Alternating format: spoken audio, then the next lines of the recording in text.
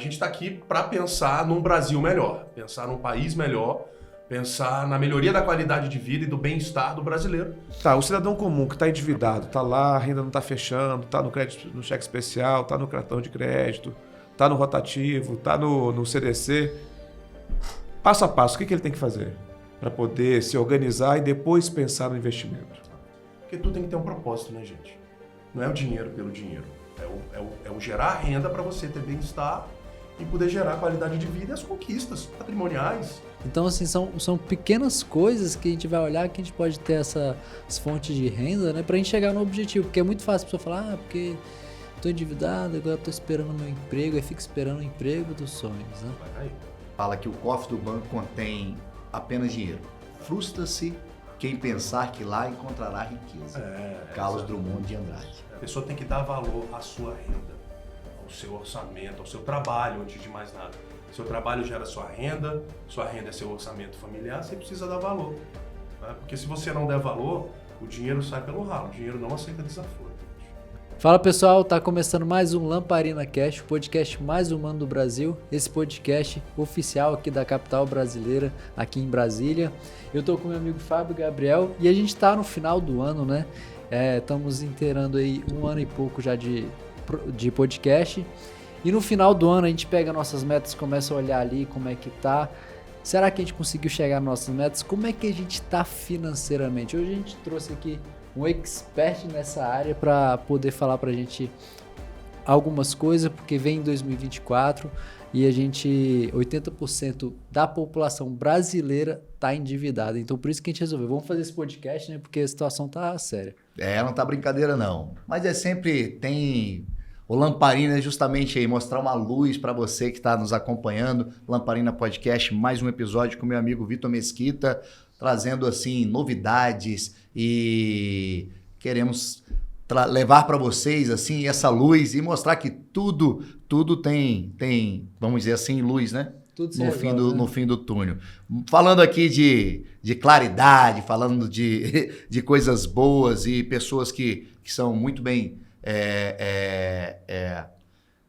inteiradas desses assuntos aí, desse assunto, chamo aqui Ciro de Avelar, já esteve aqui com a gente uns podcasts anteriores.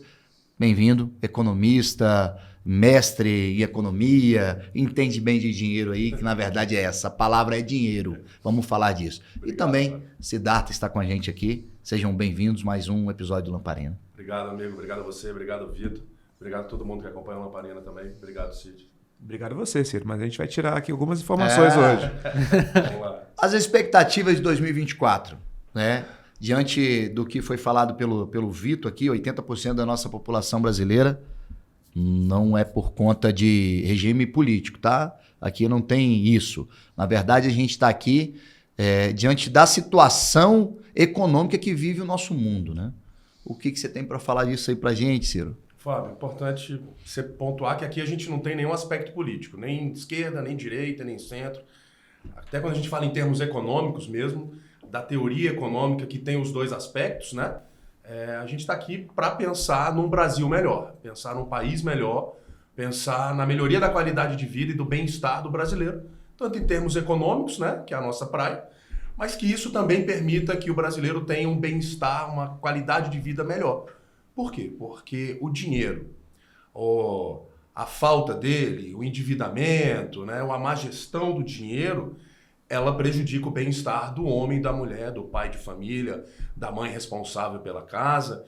Então a gente tem visto, desde a pandemia, uma alta muito significativa do nível de endividamento do brasileiro. Hoje, aproximadamente 80% dos brasileiros estão endividados. É muita coisa. Seja esse endividamento por conta de uma conta, tá na conta lá especial, né? Seja tá devendo algum empréstimo. Então, realmente, eu acho que todos enquadramos nesse tipo de endividamento. Né? Até, por exemplo, no endividamento que é meio automático, digamos assim. Por exemplo, você tem lá no seu cheque especial. Muitas vezes a pessoa está no cheque especial, está precisando cobrir alguma lacuna ali de falta de renda, né? Para algum boleto, plano de saúde, comprar algum alimento, renovar um passe, por exemplo, estudantil, enfim, tô falando para todo mundo de maneira geral, né? E a gente acaba se perdendo nesse meio de caminho dessa organização financeira, né? Quando a gente fala principalmente daquilo que está disponível já para a pessoa, né? Que é o quê? Cheque especial e cartão de crédito. É o que mais aperta hoje a população, né? 70% é cartão de crédito, cara. Do endividamento. Por que isso? É um dinheiro fácil. Na verdade, você conta com aquilo que não existe, né? Não existe. O negócio do banco, gente, é ganhar dinheiro em cima da gente. É vender juros, é vender empréstimo, é vender crédito e é pagar barato no seu dinheiro que está lá dentro e te emprestar caro. Então o brasileiro não tem muita referência. Esse é o primeiro ponto, né? A gente não tem educação financeira. Beleza. Só que a gente também vive aquela correria do dia a dia, orçamentária, né? De entrada e saída, né? Entra o salário, você começa a pagar as contas, você poupa o quê? O que sobrar, né? E nem sempre fecha no tempo que a gente quer ali, o salário acaba antes, né? A gente diz muito aí que muitas vezes o salário não passa na conta, né? Ele passa, né? Esse é outro assunto que a gente pode entrar depois. É o nível de endividamento de consignados, principalmente aqui em Brasília, é absurdo.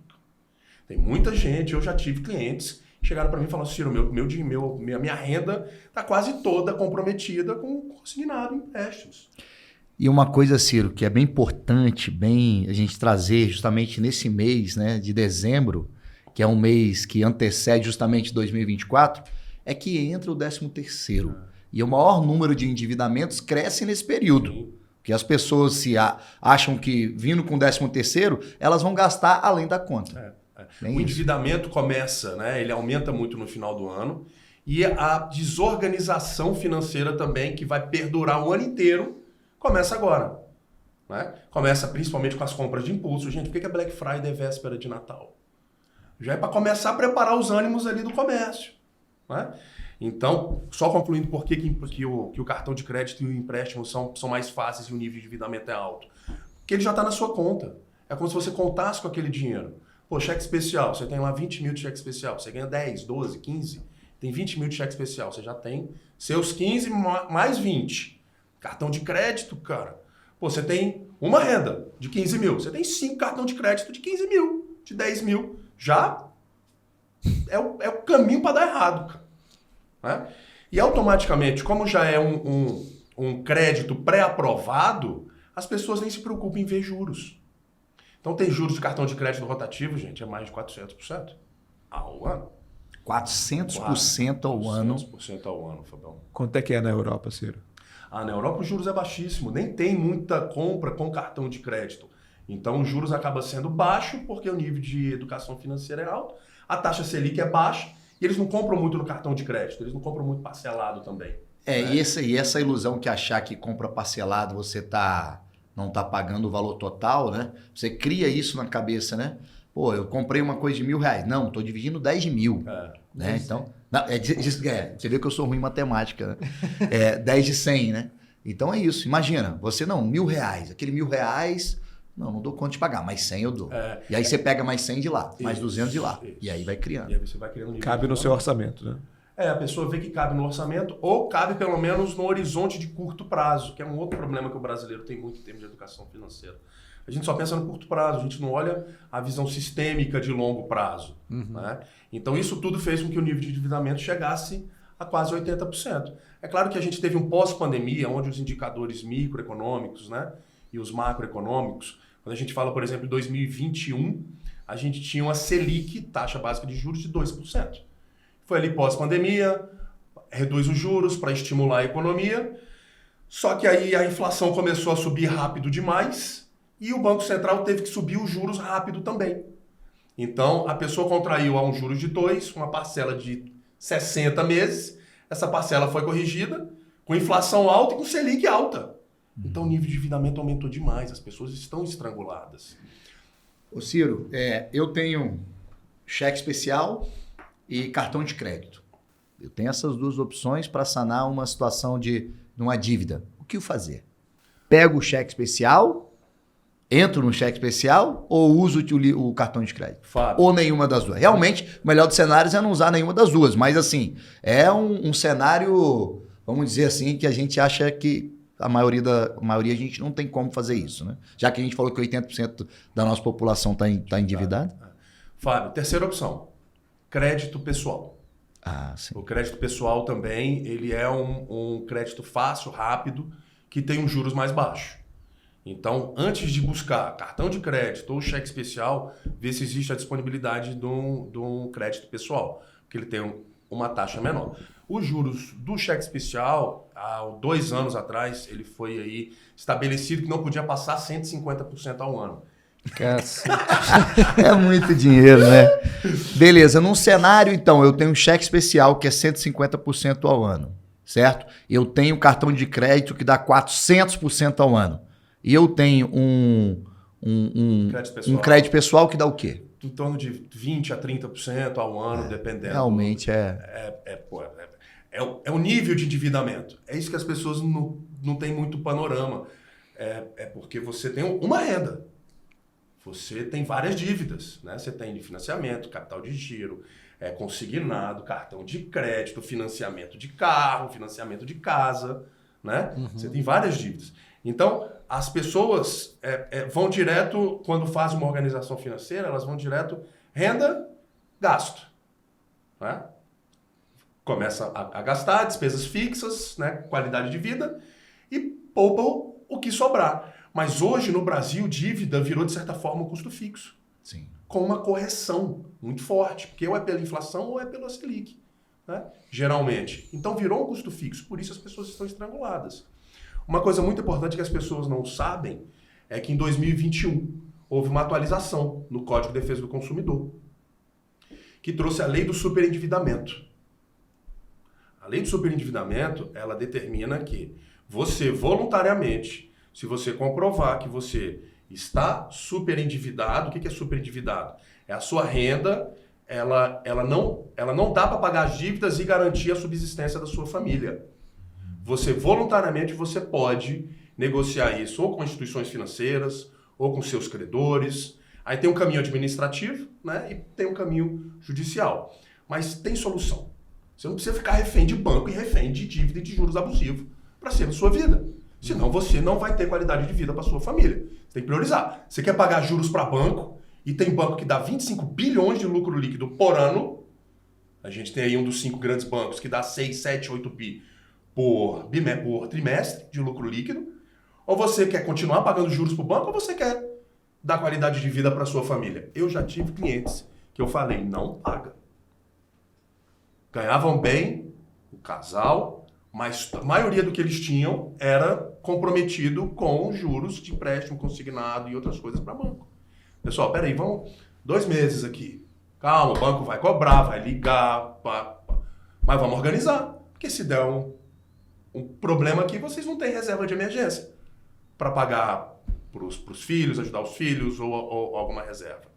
Então as pessoas precisam entender, quando a gente fala de endividamento, que houve uma atualização do Código de Defesa do Consumidor, que você pode renegociar suas dívidas, né, desde que seja de boa fé, com honestidade, que você comprove isso, que você tenha ali todas as suas dívidas, quanto é de juros, que você conte a sua história, né, para que você possa ter uma sobra para manter sua sobrevivência da sua vida e manter qualidade de vida.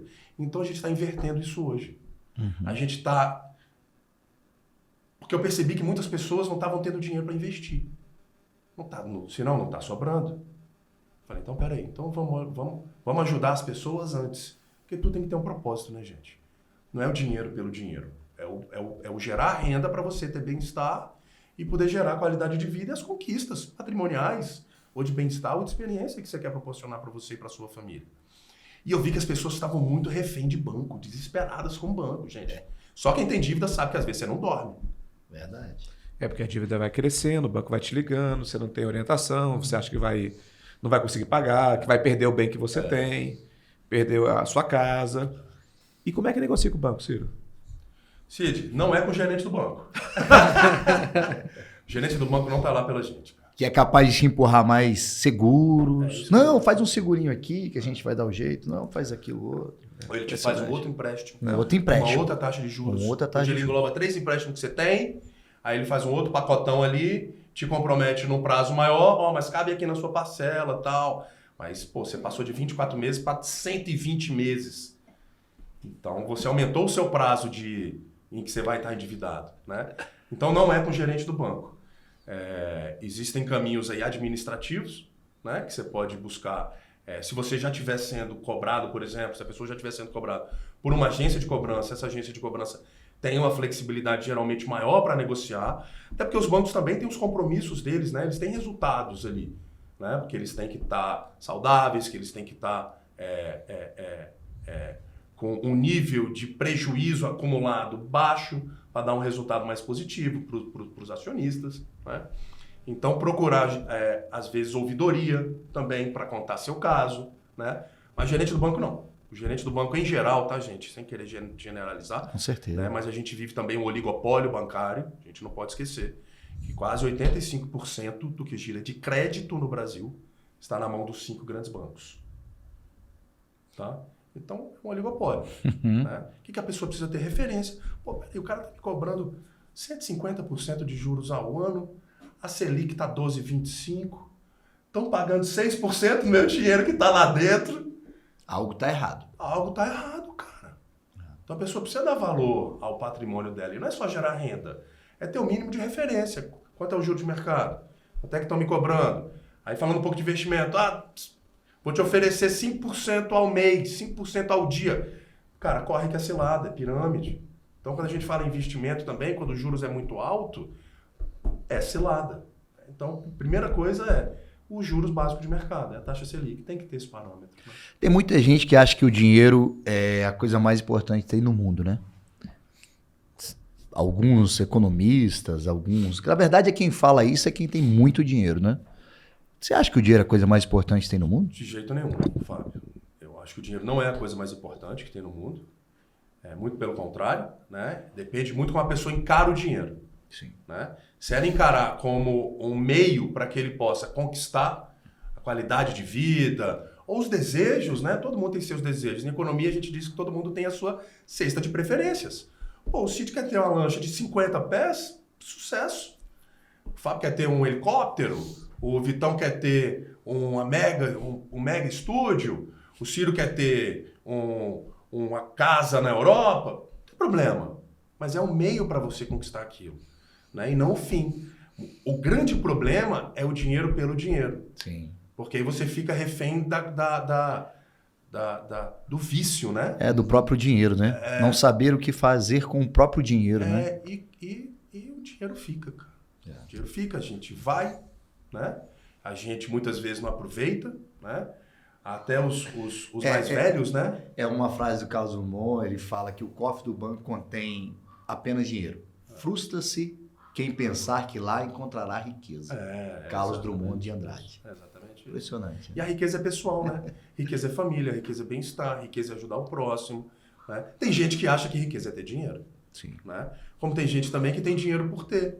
Que às vezes tem muito dinheiro, mas não dá valor ao que o dinheiro pode te gerar. De bem-estar, por exemplo. Ou tem muito dinheiro, mas é o muquirana, digamos assim, né? Que se falava muito antigamente. É a cobiça. Né? É você quer ver o dinheiro ali na sua conta crescendo, crescendo, crescendo. Pô, vamos ali, aí a mulher chama para viajar, o filho chama para fazer... Não. Então tá guardando para quê, cara? Caixão não tem gaveta, velho. Caixão não tem gaveta. Você não vai levar nada. Você tem que deixar uma história boa, né? Sua, que falem bem de você. Ô, Ciro, você tá aí falando, né? E agora falando assim, a gente tá falando muito da mentalidade, né? O que tá por detrás ali do dinheiro, né? Aí você falou que hoje em dia as pessoas pegaram a dívida e colocaram como custo fixo, né? Isso aí dá para ver a mentalidade do brasileiro, assim, vamos pensar assim, né? Que pela educação financeira inexistente que a maioria das pessoas tem, né? O que é dívida? A gente começar lá pelo beabá, porque assim, a gente tá 2023, ano que vem 2024, eu tenho certeza que tem algumas pessoas que podem estar ouvindo aqui e o ano tá do mesmo jeito que era ano passado, no meio do ano. Então, assim, ou seja, isso é coisa da mentalidade, não só por causa do Brasil, porque mudou político, não sei o quê, né? Então, assim, o que é dívida? Perfeito, Vitor. Dívida é um compromisso financeiro que você tem. Dívida é um compromisso financeiro que você tem. Qualquer um. Ou que você contraiu um empréstimo, um financiamento, ou a compra de um bem, ou um parcelamento de um bem, comprou uma geladeira, né? Então, dívida é um compromisso financeiro que você tem durante um período. Endividado é quando você já está com as dívidas vencidas, com tudo isso já numa bola de neve, né? E aí você já começa a gerenciar o seu orçamento para ver se você consegue pagar as suas dívidas, o seu nível de endividamento. Então, a coisa acaba se tornando um círculo vicioso e muito difícil de sair, né? Por quê? Porque as dívidas elas aumentam ou de acordo com a inflação ou de acordo com os juros, né? Quando você tem também os seus gastos fixos também aumentam de acordo com a inflação. Eles são reajustados, né? São reajustados. A gente não percebe, né? Mas são reajustados. Plano de saúde, escola, né? Tarifas. Cid, você falou em tarifa, só um parênteses. Nos últimos anos, tarifa bancária aumentou mais de 250% ao ano. Nossa. E quanto vem lucrando o banco, que você falou que é uma coisa importante? Tem O banco que último lucra- agora foi 25 bilhões o trimestre. Não, 25 bi no ano. De 6 a 7 no trimestre. 6 e 7 no trimestre. Não, os cinco juntos no... Os 5 grandes bancos detêm 85% do que gira de crédito no Brasil. E o lucro deles no último trimestre foi quanto? Se a gente for contar desses 5 aí, deve ter dado isso, uns 20. 21 a 25 bi. Bi. De lucro. De todos. Nossa. De lucro. De todos. Pagou tudo, pagou os gerentes, pagou os donos E e cadê? sobrou. Nós falamos de dívida, né? Mas falamos também, assim, investimento. Existem investimentos sustentáveis? Existe. Essa palavra bonita, sustentabilidade, né? Parte financeira. Existem os green bonds agora, né? Até a B3 no Rio de Janeiro está abrindo, tá construindo uma bolsa verde, né? Que ou vai entrar esse ano ainda, ou já entrou. Mas o Brasil é um celeiro, né? de ativos verdes, né?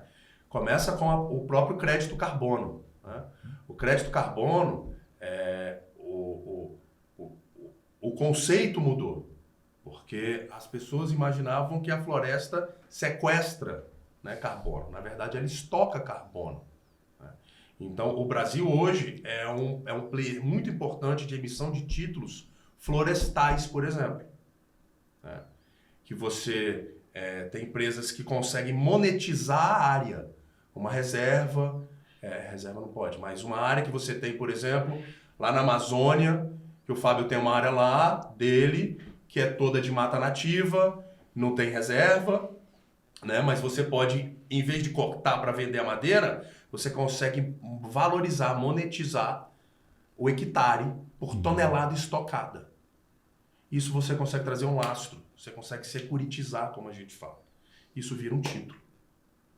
Aí você vira um título disso e tem as certificadoras que vão lá e dão um selo. Ó, a área do Fábio lá, de X hectares, na Chapada aqui, por exemplo, tem lá de reserva, de estoque de crédito carbono, 10 mil toneladas de crédito carbono. Aí com a certificação, a Europa compra muito, a Ásia compra muito, os Estados Unidos também compram muito. Tem até fundos hoje de green bonds que eles compram esse título. Isso é negociado já em bolsas europeias e norte-americanas. E não tem só de floresta, já tem gente monetizando água, já tem gente monetizando parques eólicos, né? Então, a floresta em pé, a natureza, ela, além de tudo, a gente ainda consegue tirar recurso financeiro dela sem destruir. Dá dinheiro, né? Dá dinheiro sem destruir. Ciro, você falou que negociar com o banco é difícil, né? Tá, o cidadão comum que está endividado, está lá, a renda não está fechando, está no crédito, no cheque especial, está no cartão de crédito, está no rotativo, está no CDC. Passo a passo, o que ele tem que fazer para poder se organizar e depois pensar no investimento? Primeira coisa, levantar quais são as dívidas. Quais são as dívidas? Qual prazo ainda tem a ser pago? Quanto já foi pago? Porque pode ter muita coisa que já foi paga que não foi contratada. Tá? Então tem que se fazer uma Como avaliação. assim? Por exemplo, às vezes é embutido seguro. E dentro de uma parcela que você pagou 2 anos que você está pagando, tem um seguro toda vez lá que você não autorizou. Então você tem que ser ressarcido disso. Então levantar no extrato todas as suas dívidas, instituições financeiras, credores, prazo, prazo o que já foi pago, o que tem a vencer, saldo devedor e os juros de cada uma. Tá? De posse disso, de instituições financeiras e de credores, se você puder ter um profissional que te assessore nisso, geralmente é um perito, contábil econômico, ou existem advogados também especializados nisso, você consegue... existem modelos de cartas de negociação, né, que você voluntariamente você pode entrar nos juizados especiais, você consegue entrar solicitando uma renegociação das suas dívidas. Né? Antes disso, antes de você levar para uma renegociação das suas dívidas, você precisa ter uma organização financeira. Porque se você levar para renegociar a dívida e aquilo ali for atestado, você vai ter o compromisso de arcar com aquilo. Né?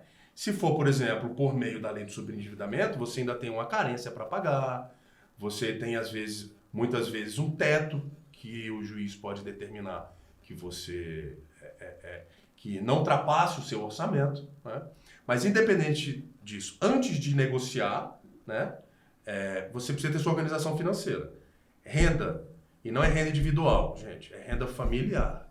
Porque na hora do aperto a gente tem que juntar o dinheiro de todo mundo. Né? Porque se é para sair do sufoco, tem que juntar todo mundo. O sacrifício não é de uma pessoa só, o sacrifício tem que ser familiar. E principalmente, saber que não vai durar para sempre isso. Ou as pessoas têm, às vezes não é nem preguiça, tem vergonha, né? de sentar com a esposa, ou com o esposo, com os filhos, para mostrar que tem dívida, para mostrar que tá, às vezes, sufocado, estrangulado. Então, é uma dor que tem que ser vencida. Porque se não for vencida, você vai pagar juros para o banco o resto da sua vida. E o banco agradece. Tá? Cirão, quais são os indicadores, as chaves assim, para a gente identificar no mercado o que deve nos acompanhar para 2024? Fábio, a gente viu aí 2023, né, em vias de terminar. Melhor, pior? Então, com plano de voo. Tá. A gente não tinha um plano de voo. Né? Reformas estruturais que a gente sempre comentou que precisavam ser feitas, nunca foram feitas. A começar pela tributária. Né? A reforma tributária ela é determinante para que o brasileiro possa, ou não, né? Porque a gente vai ver como vai ficar ainda, né? Ter um fôlego financeiro no seu bolso. Porque o tributo ele é um custo de oportunidade que, em vez de você estar pagando, por exemplo, a revisão da tabela de imposto de renda, pessoa física, quanto vier, eu poderia, em vez de estar pagando 27,5%, estar pagando 10%. Seria 17,5% ali que eu poderia estar consumindo mais. Então, existe um custo de oportunidade muito grande para isso no consumo, né? No aumento da renda. Né? Então, a gente teve uma reforma tributária que está em via de ser aprovada. Isso traz uma ancoragem muito importante, principalmente para pessoas físicas e para o setor produtivo.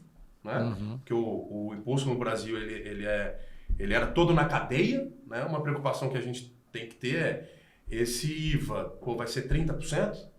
Porque se for 30% é só isso, né? Não vai ter mais nada, senão não vai dar. Já está no limite. O pessoal está criticando, né? Vai ser o maior, né, do mundo. Então está no limite. E nossa taxa tributária é muito grande, só desculpa te cortando. Sim, ela é uma das maiores do mundo. Por isso o estrangulamento, né? Porque a renda do brasileiro já é sufocada por causa da inflação. Aí você ainda tem dívida. Aí você ainda tem imposto, 27,5% pessoa física. Empresário, 16%. Às vezes não é a margem que a gente ganha. Muitas vezes não é a margem que o empresário ganha. Né? E a reforma fiscal, que também veio a trazer aí o novo arcabouço fiscal. O novo arcabouço fiscal. Você gostou, Ciro? Eu achei melhor do que plano nenhum, Cid, digamos assim. É um plano confuso. Né? O Haddad conseguiu segurar ali para que não houvesse nenhuma mudança antes de funcionar. Né? Muitas vezes as pessoas do governo, as pessoas políticas, os agentes políticos falam do mercado como se fosse uma pessoa. Não, o mercado é uma pessoa. O mercado são agentes econômicos que respondem a expectativas de confiança, expectativas de melhora de vida, né? São indicadores. Então a reforma fiscal aprovada, vamos ver como ela vai funcionar, né? Mas não adianta a reforma fiscal para você só reduzir despesa. A gente precisa ter um plano para uma arrecadação melhor, sem penalizar o cidadão e as empresas. Né? Então a gente viu aí agora fundo exclusivo, né, vai ser tributado, as offshores vão ser tributadas. Isso vai trazer uma expectativa de arrecadação maior. Então, temos um plano de voo nos dois. Mas o PIB brasileiro tem que crescer, né? Tem. A expectativa chegou a bater 3, né, em alguns indicadores, mas não vai. Né, isso vai ser 2. Mas para 2024, principalmente com uma Selic vindo de 11,25, já tem gente falando em 8. Cara, é muito otimismo. Tá? Até porque tem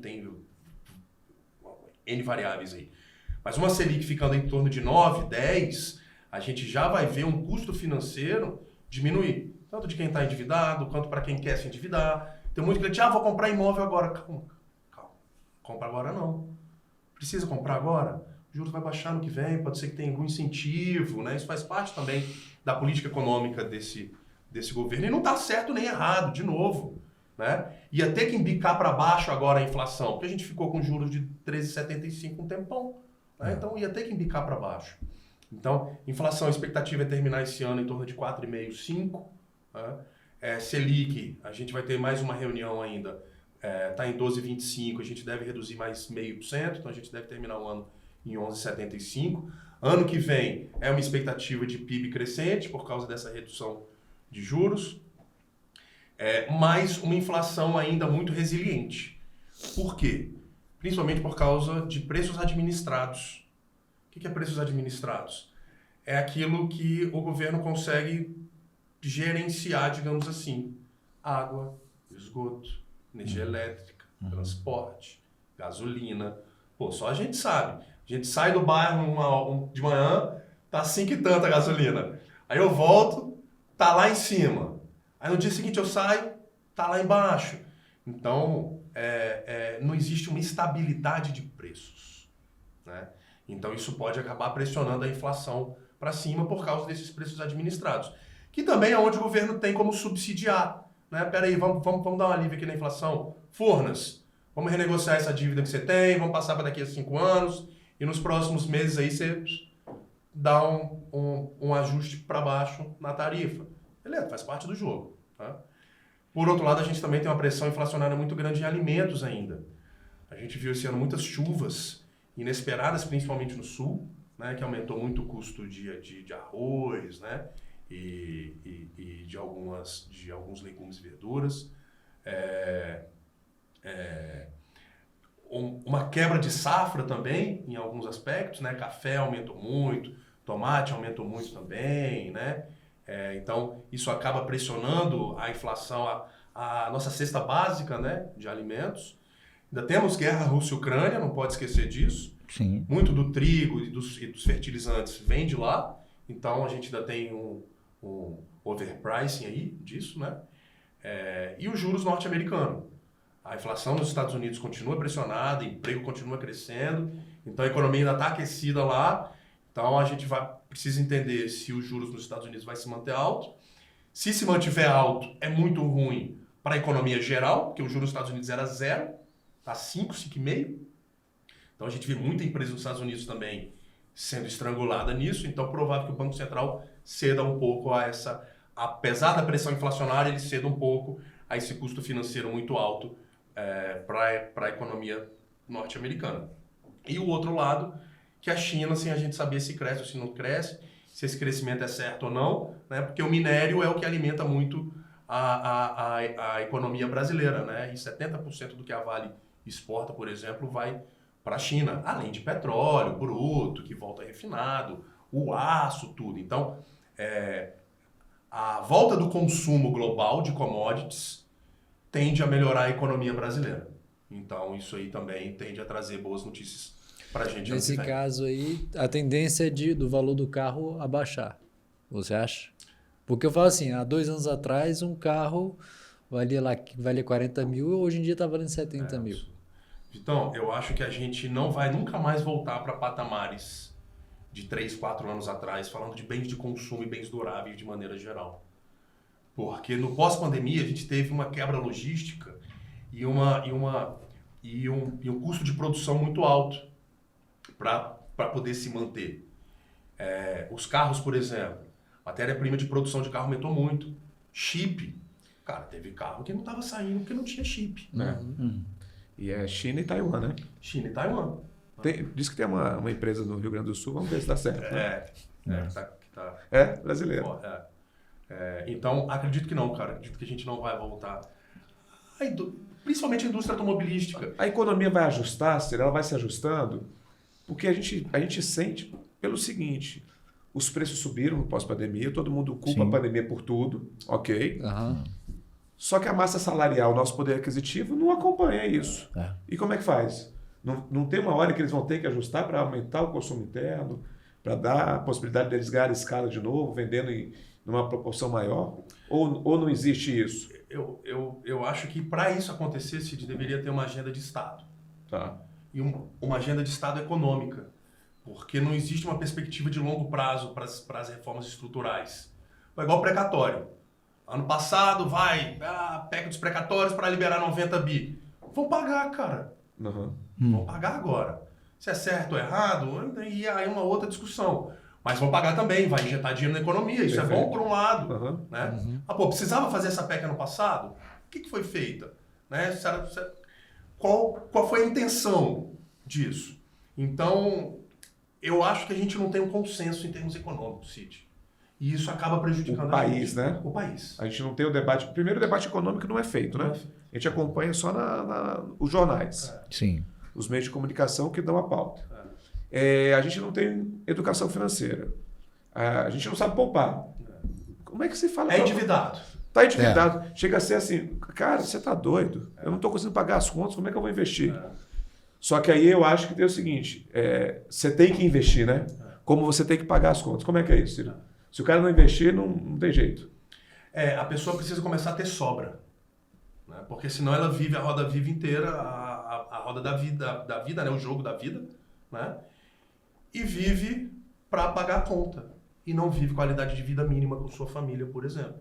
E aí fica estressado, começa a ficar mal-humorado, homem e mulher, briga com a família, briga com todo mundo. Então, a primeira coisa, antes de investir, é ter sobra. E quando a pessoa, depois que organiza... Gente, não é para não pagar a dívida, tem que organizar a dívida. É só organizar. E questionar, né? Questionar, né? Porque você pode estar sendo lesado e estar dando dinheiro de graça para os outros. A gente é muito acostumado, Cid, a pagar juros, não receber juros. Eu nunca recebi juros. Vocês já receberam juros? Também não. Pois a gente precisa ter esse hábito de começar a ganhar juros. Só que geralmente a gente está tão no ciclo orçamentário ali, na correria, que você não consegue se organizar e você contrai uma dívida, contrai outra, paga um cartão de crédito com outro. Quando você vê, já está tudo embolado. Então, organizar as dívidas, fazer com que as dívidas caibam no orçamento, tendo sobra para pagar todo o custo fixo, para pagar bem-estar, né, qualidade de vida, que você não vai deixar de levar seu filho para comprar uma pipoca. E ainda, podendo ter uma sobra, essa sobra, por menos que seja, por menor que seja, começar a investir. Hoje você tem títulos do Tesouro que a partir de R$30 você consegue... Pô, Ciro, mas eu prefiro gastar R$30 do que investir. Então faz o seguinte, investe em educação. Você quer gastar? Gasta num e-book que vai te ensinar a sair das dívidas.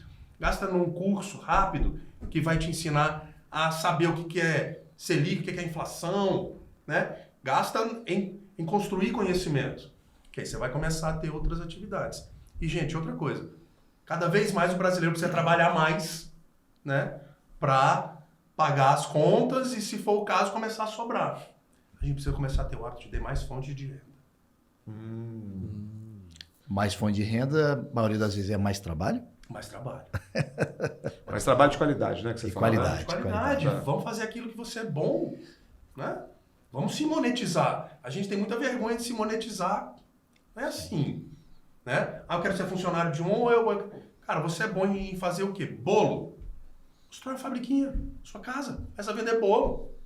Você é bom fazer o quê? Em fazer apresentação, né? Você é bom em artes, em fazer alguma coisa. Hoje, a economia informal, principalmente pela internet, ela está dando oportunidade para muita gente que não tinha renda, ter renda. Vamos aproveitar isso.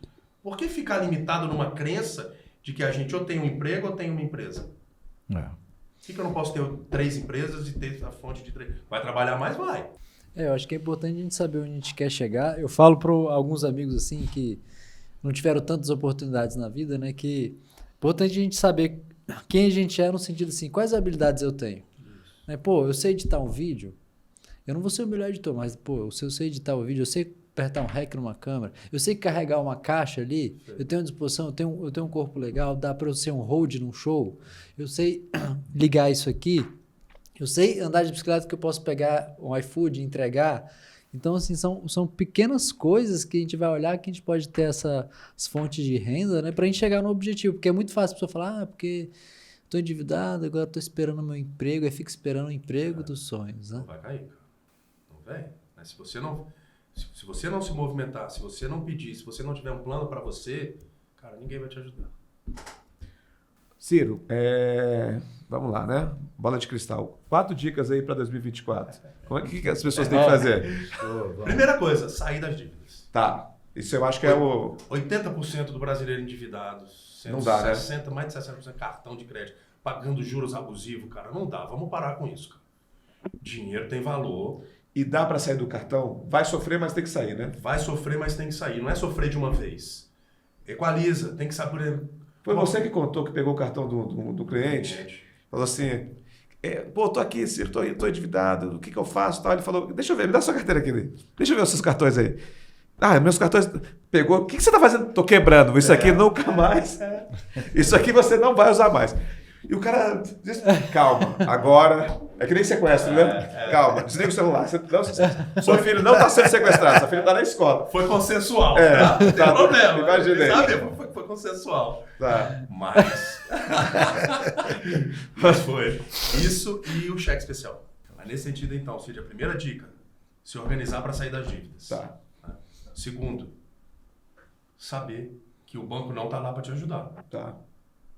O gerente te liga, não é para te dar... Geralmente não é. Tá. Geralmente não é. Ou é para te vender alguma coisa, né? Ou é para boletar alguma coisa, né? Dele, ou é para te oferecer algum produto novo.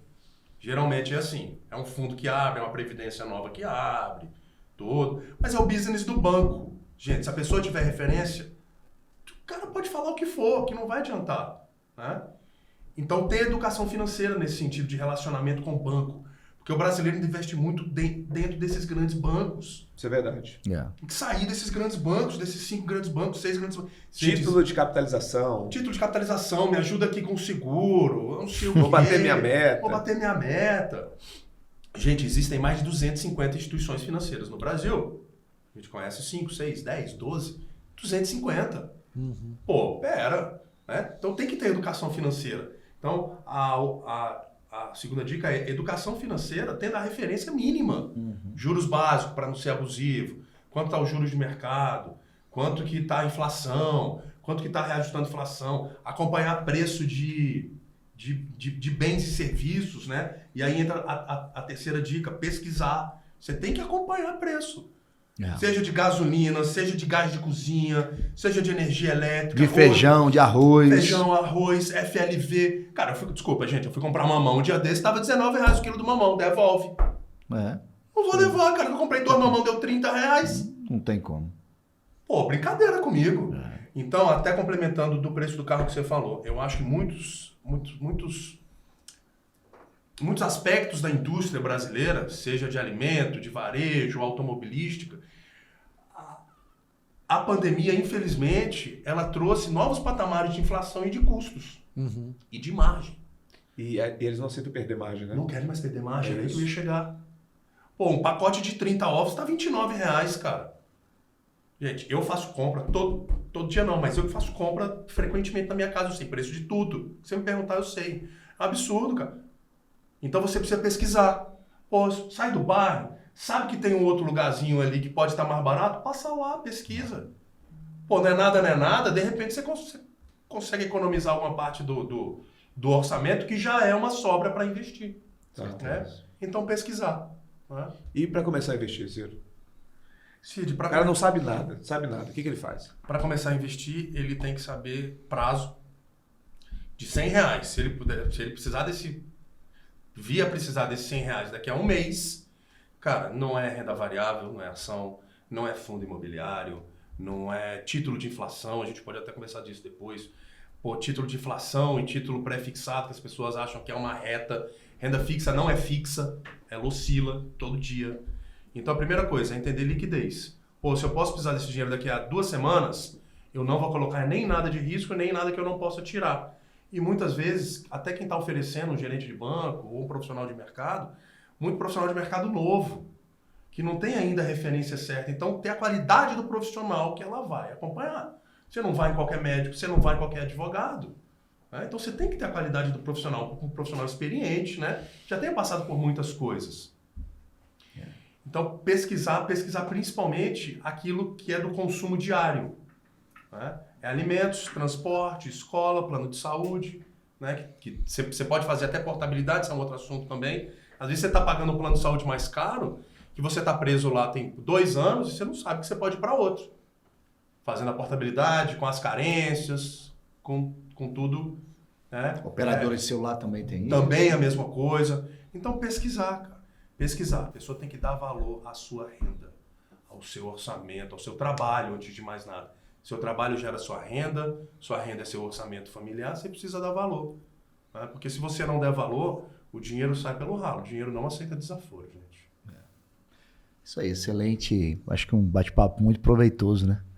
Falamos assim a respeito de expectativas para 2024, que está aí batendo a porta, mas que também falamos de situações aqui que batem também na nossa porta dia a dia, para a gente poder entender um pouco mais da parte financeira, da parte econômica desse Brasil. Falamos de banco, falamos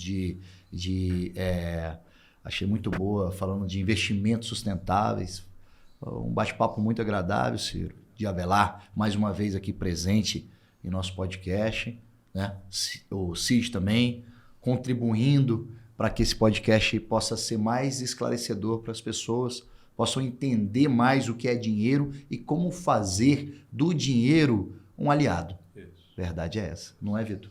Exatamente, para a gente poder viver melhor, a gente ter uma tranquilidade, uma paz ali no nosso final de semana, para a gente poder conviver com a família, né? É importante ter essa parte equilibrada, né? Para a gente poder desenvolver o nosso melhor, né? Porque, como o Ciro falou agora, ninguém consegue ficar tranquilo se tá ali alguém ligando, cobrando, né? Então, acho que é uma coisa que a gente faz o amor próprio por nós mesmos, né?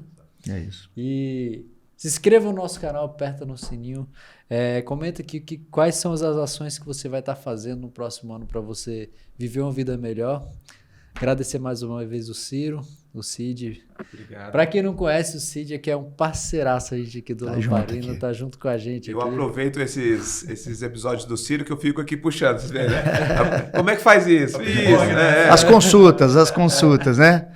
É isso. O nosso intuito é levar o Lamparina Cash como um podcast mais humano, né? Trazendo essas visões econômicas, trazendo o esporte para dentro da história, mas com uma forma mais econômica, trazendo a música, o entretenimento, mas com uma forma mais humana. Tudo isso é importante, trazer o lado humano das pessoas, independente desses setores que nós falamos e comunicamos aqui, né? E outra coisa também, a gente as consultorias gratuitas. Isso que é o mais importante. Aqui, Mas é para amigo, não é consultoria não, é um bate-papo. Mas aí tem que ligar no privado, como é que faz? No WhatsApp. No Zap. Gente, eu que agradeço, estou à disposição. Espero que vocês tenham gostado. Obrigado ao Cid também. Excelente. Bem-estar financeiro para todo mundo, né, Cid? Excelente. Lamparina Podcast, é só seguir. Um abraço. Valeu.